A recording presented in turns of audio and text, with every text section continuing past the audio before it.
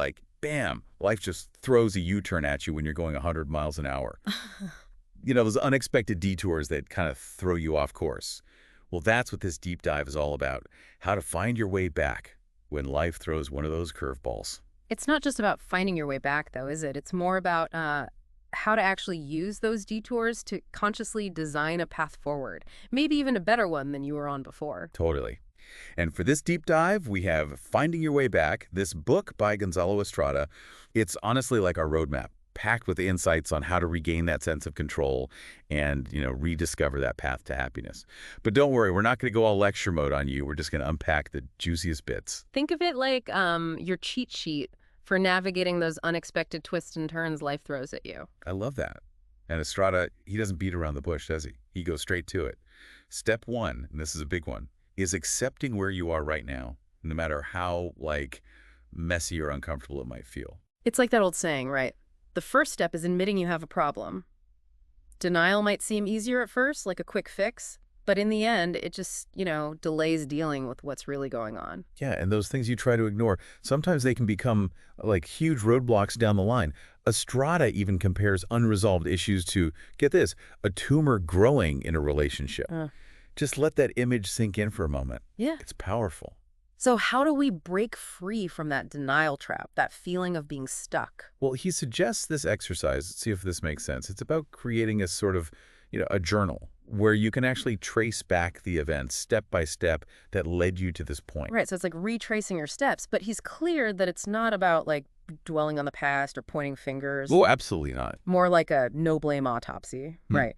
You're searching for patterns, choices you made, maybe even unconscious biases that played a role. And the thing is, sometimes we're blind to our own patterns. It's like trying to read a book when you're holding it right up to your face, You totally lose perspective. And that's why, Estrada talks about how important it is to get an outside perspective. Sometimes the people who are closest to us can see those blind spots that we just completely miss. It's true. Sometimes a fresh pair of eyes can make all the difference. There's something else that really struck a chord with me was his point about forgiveness. And I don't just mean forgiving others, but forgiving ourselves, He says that holding on to past mistakes is like building our own personal prison. Oh, absolutely. And let's be honest, sometimes we can be our own worst critics. We really are. And he has this analogy, I thought it was brilliant, that he compares unforgiven pain to a constant toothache. Ooh, I don't like that. Right. Like no matter what good is happening in your life, you could be having the best day ever, achieving your goals, but that ache, it just overshadows everything. It's like a weight that's constantly there, holding you back from fully experiencing the present moment. And it's easy to forget, I think, but that forgiveness, it's not about, saying what happened was okay. It's not about condoning it. It's more about releasing that hold that the past has on us, so we can actually move forward. So it's really more for ourselves than anyone else. Yeah. Because when we hold on to that anger or the resentment, it eats away at us, doesn't it? Yeah, exactly. You know that saying, holding on to anger is like drinking poison and expecting the other person to die? Ooh, yeah. That's kind of what it's like. It just ends up hurting us more than anyone else. But Estrada, he doesn't just tell us why forgiveness is important. He actually gives us steps we can take to actually do it. Have you ever thought about writing a letter? To the person you need to forgive. Well, to yourself, actually, from the perspective of the person who needs that forgiveness. Wow, I've never thought about that before. It's like a way to, what's the word, externalize those feelings instead of them just bouncing around inside your head. Yeah. Okay, so we faced, the music. We're working on this whole forgiveness thing. What's next? What's the next step in this whole reclaiming our lives, finding our way back thing? Well, now we get to the fun part. It's about figuring out, where do we actually want to go? And this is where Estrada talks about setting realistic goals, which I think is so important. He gives this example of someone saying they want to be the CEO of, a Fortune 500 company by the time they're 25. Okay, ambitious, man. Right. Super ambitious, but... A little, I don't know, limiting maybe? Yeah.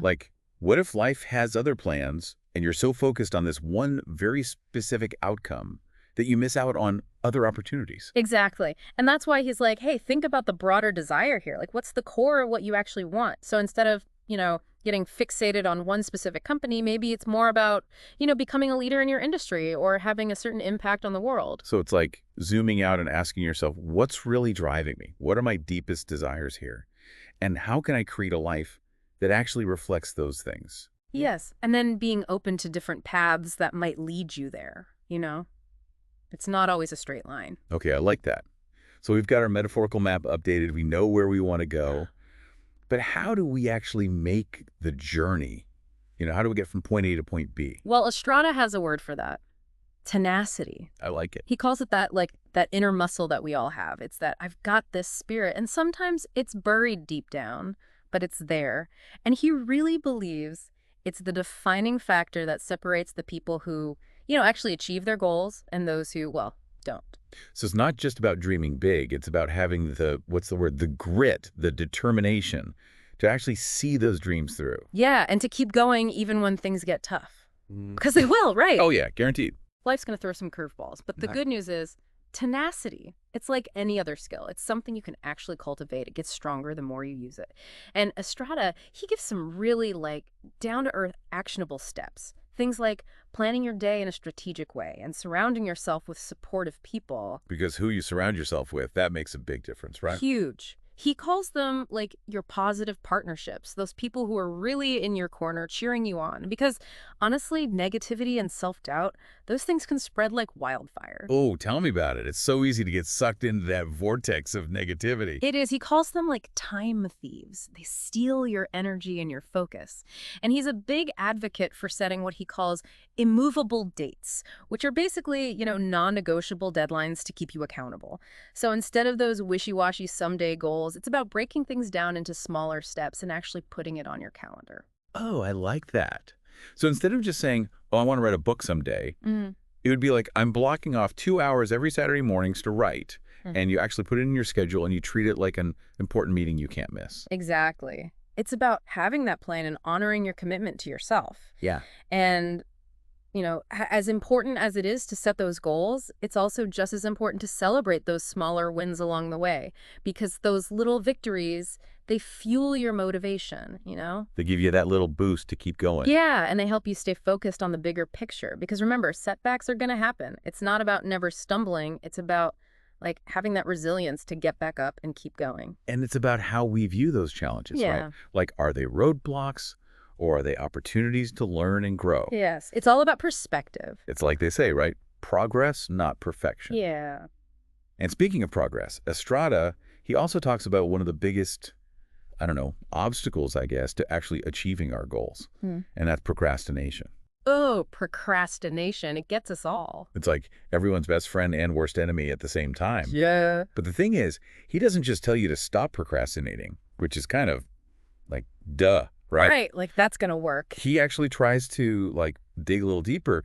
He says, get curious about the reasons why you're actually procrastinating. Because usually procrastination, it's like a symptom of something else, something bigger. Exactly. Yeah. He says a lot of times it's not actually laziness, it's more about fear. Oh, interesting. We're afraid of failure, maybe we're afraid of success.